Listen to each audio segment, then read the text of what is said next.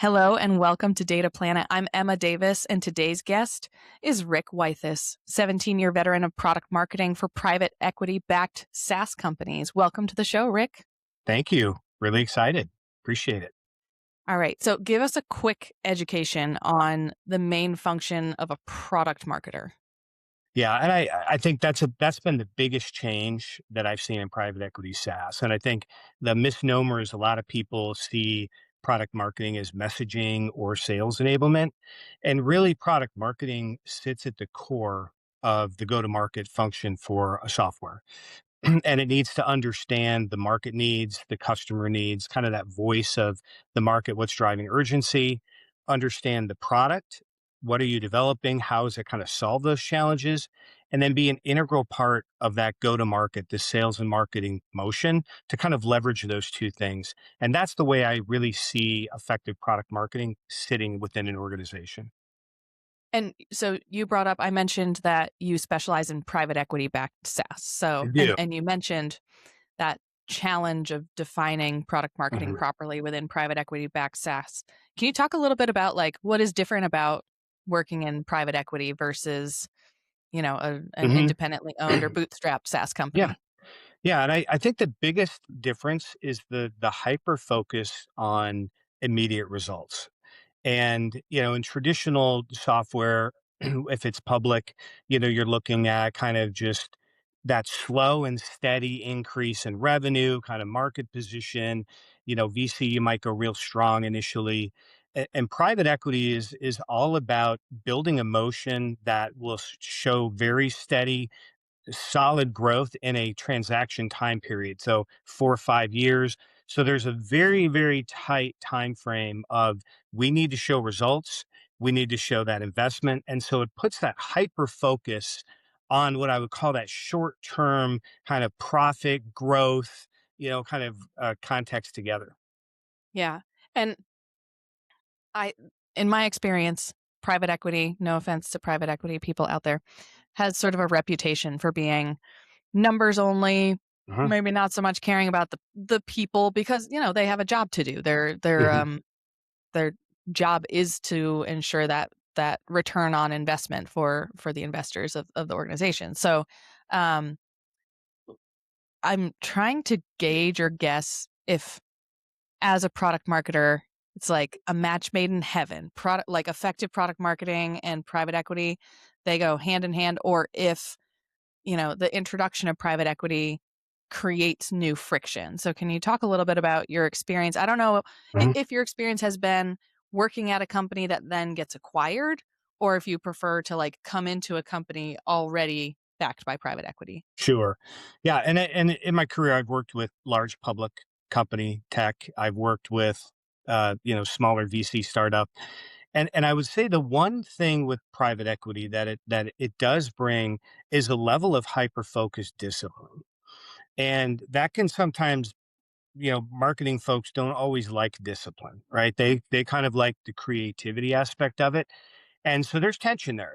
There's no doubt. When you look at the private equity, they want short term results, but you also need to be looking at long term. And I think a lot of the larger tech focuses on the long term, the market position, the brand, and the short term focus of private equity is around we need to deliver quarter over quarter. We can't have a lot of waste. But what you see is a hyper focus on discipline. Now, if it's taken too far and you push too much into the short term, pri- uh, basically it becomes nothing more than a sales enablement.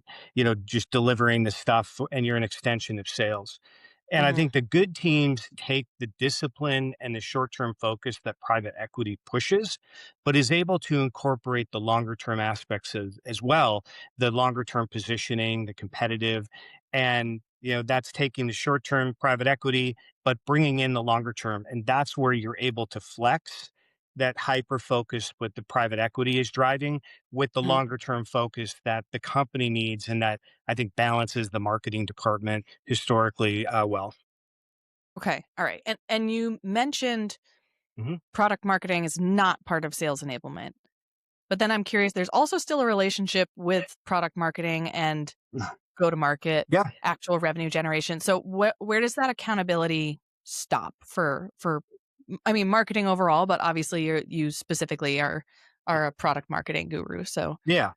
talk to me about that a little bit. Sure, and the sales enablement plays in it, but it is really an aspect of the sales motion. And if you think of product marketing, it's starting with understanding the market and the customer, the positioning.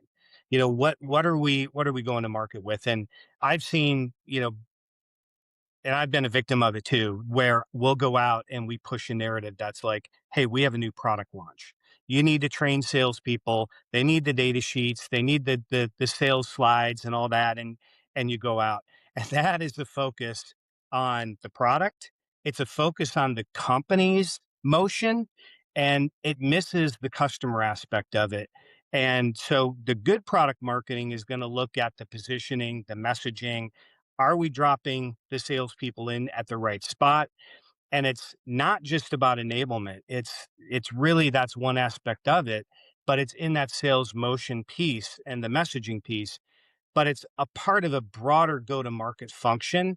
And that's where I think a lot of people see it as, hey, they need the collateral and they need the training done, but they're Mhm. missing all the things around what's the buyer behavior. Those things will drive interest, but what's the urgency in the deal that's going to close it? And those are the aspects that go well beyond just sales enablement. And so what are the KPIs that you care about in product marketing? Yeah, at the end of the day, and I think what you're seeing it now is product marketing drives pipeline. I think traditionally it had been, oh, demand gen drives, and you measure product marketing on how many trainings you did and how much collateral you did. And that's real old school thinking. And I think that the new view is that the product marketing team, effective product marketing team, is getting the intel from the market. They're putting sales into deals at the right moment, not at, hey, we need platform or we need revenue growth on a new product. It's about creating compelling demand gen campaigns that are going to be sticky. And the demand gen is an important. It's the outbound push function of marketing and drives a lot of leads, but it really is driven by the product marketing team. And if you don't have tight alignment there, it's not going to be effective. So I take the product marketing, I look at win rates. How effective are the sales teams moving through deals? Mm. How is the pipeline performing? I think it's a lot of the marketing metrics that people think about, the pipeline, the deal health, the leads, but it's incorporating how effective the sales teams are being as well. I like to think of, the most important factor that I see really is close no decision. For me, Mm. that's indicative of the discovery wasn't right. Something's happening where we've created a lot of interest with the product, but we're not aligned around urgency. What's happening at the customer, whether it be they're in a geography, the risk to the businesses has changed.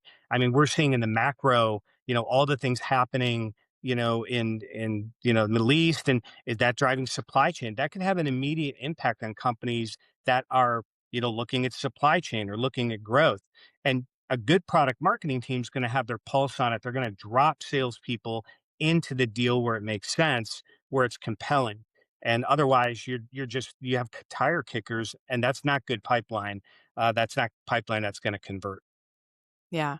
And I think one of the things that I find is most critical for success in driving pipeline in any sort of results focused marketing function Hmm. for a SaaS company that has any sort of latency in their sales cycle is understanding that latency and being able to map cause and effect. So you could have people ending at, close no decision, and they are the result of something that you did 6 months ago or 3 months ago, and making sure that you maintain the threads of, you know, we don't need to run things unchanged for a year to make sure that we're sort of isolating, cause and effect, but we do need to be able to track things on a cohort basis. So that's where I see a lot of sort of pipeline Hmm. breakdown is people then becoming too reactive on the marketing front, trying to make changes before they even understand the impact of what they're doing. I'm curious, because you have this focus even within product marketing on pipeline, where else have you seen pipeline break down? You talked about this, like, the discovery not being informed or urgent enough. What are some of the other things you've seen? I mean, not go wrong. Sure. That's how it works, and then it's just about optimization. But what are some Yeah. of the optimizations you Yeah. think are No, important that you've seen? a big one is alignment. And Okay. I would say alignment more more problems surface when there's a lack of alignment. And what I mean is, if you have sales out pitching something or marketing is telling people to pitch something. An example, we were going big with platform. We had data. We did a ton of research. Customers all want platform. The market and with the big research firms and tech were like, platform's the story. Like, great. So we're going to go big in platform. We have a platform now, it all integrated, and we pushed all the salespeople out with the platform narrative. It's great. Everybody loved it, except the pipeline wasn't moving and the bookings were slowing. And what happened was, what we found is everyone liked the idea of platform, but they had problems to solve in the immediate that then people were having to reconnect with where they were. So the sales teams were like, well, these are the problems that I'm dealing with. I'm pushing the platform. So we had to reorient the whole teams to kind of within discovery, figure out, well, what are their challenges? Let's start there and then we can pivot to platform. So we weren't having to mid cycle kind of reset everything with the customer and with sales. And again, it's alignment, it's understanding where they are in deals. And that's one of the biggest examples that I saw with just, we were getting to like stage 7 and then he would sit there and what's happening. And then we reset. And once we did, we were able to advance deals in a meaningful way. And that's really why you see the pipeline and the opportunities and how they progress. If you're not oriented around the customer's urgent need or risk, you're getting a ton of interest and maybe even pipeline, but it's not pipeline that's going to translate in 6 months to meaningful bookings. Do you think it's better to have no activity in the funnel or to have a lot of tire kickers in the like, would you rather be wasting sales cycles on non-urgent, Hmm. unlikely to close, or just, sorry, we don't have anything happening in the pipeline right now with, what would you pick between those 2? Well, I would pick both. If I had to, I'd rather have a lot of pipeline and then Mm, have good data that mm, that would identify again the traits that would signify where sales can spend their time. You always want in marketing enough tire kickers to engage with them and hopefully convert them over time. But if you kick it over to sales and then you're into tire kickers, you're going to have a really inefficient sales team. And so mhm. I think that's where the alignment and the data really does come into play because you need to understand what are the triggers, what's indicative of a customer that we've seen progress and what are they trying to do, and then you find those, and once you engage with them and understand their specific need, the opportunity, and we saw dramatic increases of win rate when we followed the right scripts. We saw a huge improvement in deal advancement win rates versus just let's let's fill the funnel and then send a bunch of stuff over to sales, which they can't convert. That's Yeah, just not helping anybody. yeah. Okay, absolutely. Alright, I wanna talk a little bit about AI, and Mhm. so, the general trends, are anxiety, concern of job loss, this Yep. sense that everybody, um, especially high up in SaaS, I'm hearing a lot of, like, we need everybody to be Yep. using AI, need to everybody to be figuring out how to automate, find efficiency. There's it's just chaos. Yep. Like, we're Yeah. way behind on governance, we're way behind on, um, even, going back to cause and effect, understanding the impact of these things, like, going so far as to have people measuring the success of AI or AI adoption as, did you use all of your tokens, which is basically incentivizing people to, like, make your grocery list using our AI tools because, if you don't use all your tokens, you're in trouble. So, uh, talk to me about what AI is doing in the product marketing world? It it has had a massive effect, and I think the the danger and what I saw early on was it people's interpretation of AI was let's add more.